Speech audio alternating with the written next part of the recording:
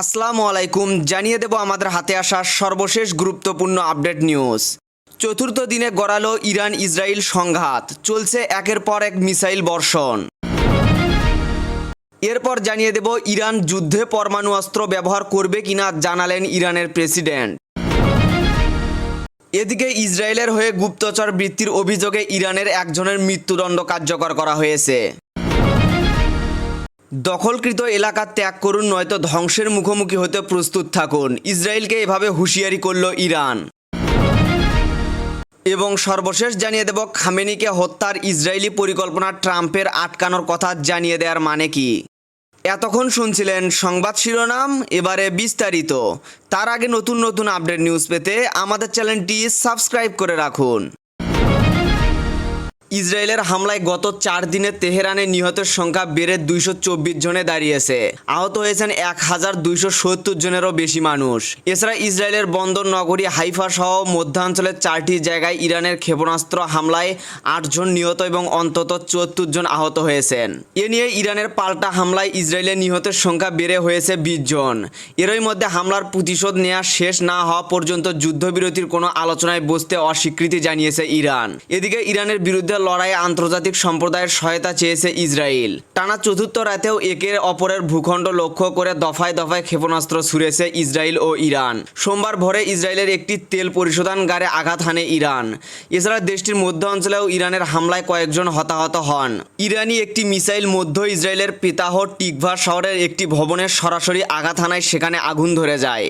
IRGC এর সর্বশেষ এই হামলায় তেল আবিব, হাইফা, বেনগুনিয়া বিমানবন্দর ও নেভাটি বিমান ঘাঁটিগুলো লক্ষ্যবস্তুতে পরিণত হয়। বাত ইয়াম শহরে ইরানের ক্ষেপণাস্ত্র হামলায় ক্ষতিগ্রস্ত 75টিরও বেশি ভবনের মধ্যে 22টি ভবন ভেঙে ফেলার সিদ্ধান্ত নেওয়া হয়েছে। অন্যদিকে ইরানের ফ্রোম শহরে 30 কিলোমিটার উত্তর পূর্ব অঞ্চলে অবস্থিত ফোর্দো পরমাণু কেন্দ্রে বিস্ফোরণের শব্দ শোনা গেছে।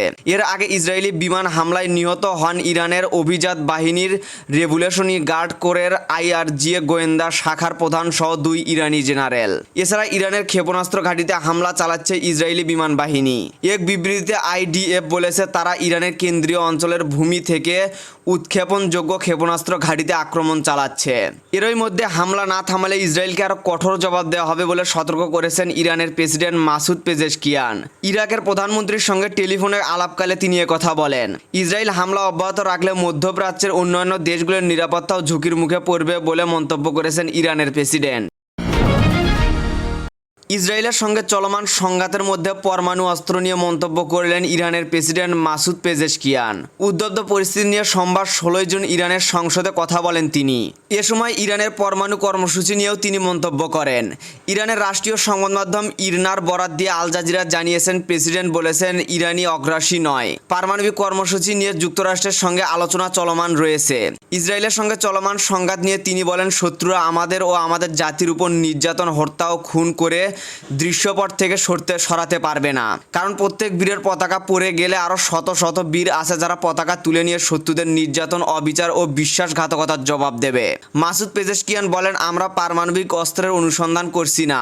ইরানের পরমাণু কর্মসূচি শান্তিপূর্ণ। যদিও পশ্চিমারা বলেন ইরানের পারমাণবিক অস্ত্র থাকা উচিত নয়, আমাদের পারমাণবিক অস্ত্র তৈরির আগ্রহ নেই। মাসুদ পেজেশকিয়ান প্রতিশ্রুতি ব্যক্ত করে বলেন, জ্বালানির উদ্দেশ্যে তার দেশ ইউরেনিয়াম সমৃদ্ধ করছে, কারণ ইরানের পারমাণবিক জ্বালানি অধিকারের সুযোগ রয়েছে। এদিকে ইরান খুব দ্রুত পারমাণবিক অস্ত্র প্রকাশ্যে আনতে যাচ্ছে বলে বিভিন্ন গণমাধ্যম খবর ছড়িয়েছে। ইরানের ভূখণ্ডে ইসরায়েলের হামলার প্রেক্ষাপটে যুক্তরাষ্ট্রের সঙ্গে পারমাণবিক কর্মসূচি নিয়ে আলোচনা অর্থহীন বলে মন্তব্য করেন তেহরান। এরপরে ইরানের পারমাণবিক অস্ত্র নিয়ে আলোচনা তৈরি হয়। ফেসবুক ও টুইটার সহ সামাজিক যোগাযোগ মাধ্যমগুলোর ইরানপন্থী বিভিন্ন অ্যাকাউন্টে দাবি করা হচ্ছে আগামী কয়েক ঘন্টার মধ্যে ইসলামী প্রজাতন্ত্র ইরান তার পারমাণবিক অস্ত্রের পরীক্ষা চালাতে যাচ্ছে। উদ্বুদ্ধ পরিস্থিতির মধ্যে এমন সম্ভাবনা উড়িয়ে দিচ্ছেন না বিশ্লেষকেরাও। ইরানের বিচার বিভাগের মিডিয়া সেন্টার মিজান জানিয়েছে, ইসরায়েলের জয়নিস্ট শাসন ব্যবস্থার পক্ষে গোয়েন্দা সহযোগিতা ও গুপ্তচর বৃদ্ধির অপরাধে এক ব্যক্তির মৃত্যুদণ্ড কার্যকর করা হয়েছে। জায়নিজম হলো একটি রাজনৈতিক আন্দোলন যা ইহুদি জনগোষ্ঠীর জন্য একটি জাতীয় আবাসভূমি প্রতিষ্ঠার কাজ করে। যারা জায়নবাদ নামক এই রাজনৈতিক মতবাদে বিশ্বাসী করেন তাদেরকে জায়নিস্ট বলা হয়। ইরানের রাজনৈতিক ভাষায় জায়নিস্ট শাসন ব্যবস্থা বলতে ইসরায়েলকে বোঝানো হয়। মিজান জানিয়েছে, খোদা নাজারের ছেলে ইসমাইল ফিকরি 1402 সালে মানে ইংরেজি 2023 সালের ডিসেম্বরে গ্রেপ্তার হন। এদিকে ইয়েমেন থেকে আবারও ইসরায়েলে ব্যালিস্টিক ক্ষেপণাস্ত্র হামলা চালানো হয়েছে। তবে ক্ষেপণাস্ত্রটি নির্দিষ্ট গন্তব্যে পৌঁছানোর আগে এটিকে গুলি করে ভূপাতিত করে ইসরায়েলি সেনাবাহিনী। খবর আল জাজিরা। ক্ষেপণাস্ত্র হামলার পরই ইসরায়েলের বিভিন্ন অঞ্চলে সতর্ক সংকেত বেজে ওঠে।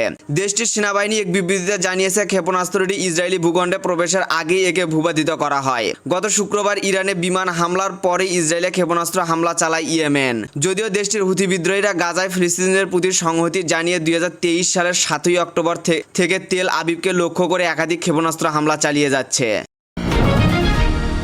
ইরানের সশস্ত্র বাহিনী রোববার এক কঠোর হুঁশিয়ারি বার্তায় ইসরায়েলি দখলদারদের অবিলম্বে দখলকৃত এলাকা ত্যাগ করার আহ্বান জানিয়েছে। দেশটি জানিয়েছে ইসরায়েলের সম্প্রতি অগ্রাসনের জবাবে ইরান পুরো দখলকৃত ভূখণ্ড জুড়ে ব্যাপক হামলার প্রস্তুতি নিচ্ছে। টেলিভিশনে প্রচারিত এক ভিডিও বার্তায় ইরানের সশস্ত্র বাহিনীর যোগাযোগ কেন্দ্রের মুখপাত্র কর্নেল রেস সাইয়াদ বলেন, এই দখলকৃত অঞ্চল ত্যাগ করুন। এখান থেকে চলে যাওয়াই আপনাদের জীবন বাঁচানোর একমাত্র উপায়। তিনি ইসরায়েলি অগ্রাসনের নিন্দা জানিয়ে বলেন, সাম্প্রতি সামরিক অপরাধের দায় জায়নিস্ট শাসক গোষ্ঠী, যারা নিজেদের রাজনৈতিক ও ব্যক্তিগত স্বার্থে পুরো অঞ্চলকে বিপদের মুখে ফেলেছে। তিনি বলেন, ইরানি সেনাবাহিনীর কাছে ইসরায়েলি নিয়ন্ত্রিত এলাকার সমস্ত সংবেদনশীল স্থানের নির্ভুল গোয়েন্দা তথ্য রয়েছে এবং এসব স্থানে অবস্থান করলে শেল্টারদের জন্য তা মারাত্মক বিপজ্জনক হবে। বাংকারে লুকালেও কোনো নিরাপদ থাকবে না, জানান তিনি। সাইয়াদ বলেন, ইসরায়েলি সরকার ইচ্ছাকৃতভাবে বেসামরিক শেল্টারদের মানব ঢাল হিসেবে ব্যবহার করছে এবং প্রধানমন্ত্রী নেতানিয়াহু এই অপরাধমূলক হামলার মাধ্যমে নিজে ও পরিবারের স্বার্থ রক্ষার অপচেষ্টা চালাচ্ছেন। তিনি বলেন, এই অপরাধ শেষ হবে শুধু পরাজয় আর অনুশোচনার মধ্য দিয়ে। তিনি সতর্ক করে বলেন, ইরানের বার্তা অগ্রাহ্য করা হলে দখলকৃত এলাকায় বাসিন্দাদের জন্য সামনে আরও কঠিন দিন অপেক্ষা করছে। ইরানের সর্বোচ্চ নেতা আয়াতুল্লাহ আলী খামেনিকে হত্যার ইসরায়েলি পরিকল্পনা যুক্তরাষ্ট্রের আটকে দেয়া নিয়ে যে খবর বের হয়েছে তার নানা দিক বিশ্লেষণ করেছে লেখক ও ইসরায়েলের সাবেক কূটনৈতিক আলোক পিসকান। তেল আবিব থেকে আলন পিসকান আল জাজিরাকে বলেন, নাম প্রকাশ না করা মার্কিন সূত্রের আলোকে প্রকাশিত এই প্রতিবেদনে অনেক প্রশ্ন সামনে এসেছে। সাবেক এই কূটনৈতিক বলেন, প্রথম প্রশ্ন হলো ইসরায়েল কেন যুক্তরাষ্ট্রকে একথা বলল, আর যুক্তরাষ্ট্রই বা কেন এ তথ্য ফাঁস করলো। আলন পিসকান বলেন, এটা কি ইরানের রাজনৈতিক নেতৃত্বকে ভয় দেখানোর জন্য করা হয়েছে? এটা কি এই বিষয় বোঝানোর জন্য করা হয়েছে যে ইরানের এর বিকল্প বিবেচনার বাইরে নয়? ইসরায়েলের সাবেক এক কূটনৈতিক বলেন, নাকি এটা কেবল এমন এক ব্যক্তির কাজ যিনি বোঝাতে চেয়েছেন যুক্তরাষ্ট্র সংযম দেখাচ্ছে কিংবা ইসরায়েলকে সংযত থাকতে বলছে? এসব প্রশ্ন সামনে এনে আলন পিসকান বলেন, আমার মনে হয় এর চেয়ে বেশি কিছু নয়। আলন পিসকান বলেন, তবে এটি ইরানকে এক প্রকার বার্তা দেয় যে ইসরায়েল এমন একটি হত্যাকাণ্ড বিবেচনা করছে। সাবেক এই কূটনৈতিক বলেন, ইসরায়েল যেভাবে বিষয়টি ব্যাখ্যা করা হচ্ছে তা হলো এই সংবাদ ইঙ্গিত দেয় ইসরায়েল সত্যি এমন কিছু ভাবছে। তারা যুক্তরাষ্ট্রের সঙ্গে আলোচনা করেছে আর যুক্তরাষ্ট্র বলছে এখন না। অর্থাৎ ইরানের জন্য এটি একটি স্পর্শ বার্তা যে বিষয়টি এমন ইসরায়েলের ভাবনায় রয়েছে। গতকাল রোববার দুইজন মার্কিন কর্মকর্তা বার্তা সংস্থা রয়টার্সকে জানায়, ইরানের সর্বোচ্চ নেতা আয়াতুল্লাহ আলী খামেনিকে হত্যার ইসরায়েলি পরিকল্পনা কয়েকদিন আগে আটকে দেন যুক্তরাষ্ট্রের প্রেসিডেন্ট ডোনাল্ড ট্রাম্প। এদিকে সংবাদ মাধ্যম সিএনএনের একটি প্রতিবেদনে বলা হয়েছে, সংঘাত শুরু হওয়ার পর থেকে ইরান মোট 370টি ব্যালিস্টিক ক্ষেপণাস্ত্র, শতাধিক ড্রোন ইসরায়েলকে লক্ষ্য করে নিক্ষেপ করেছে। ইসরায়েলের প্রধানমন্ত্রীর কার্যালয় জানিয়েছে, সোমবার সকাল পর্যন্ত এই হামলায় দেশটিতে অত্যন্ত 24 জন নিহত এবং 592 জন আহত হয়েছেন।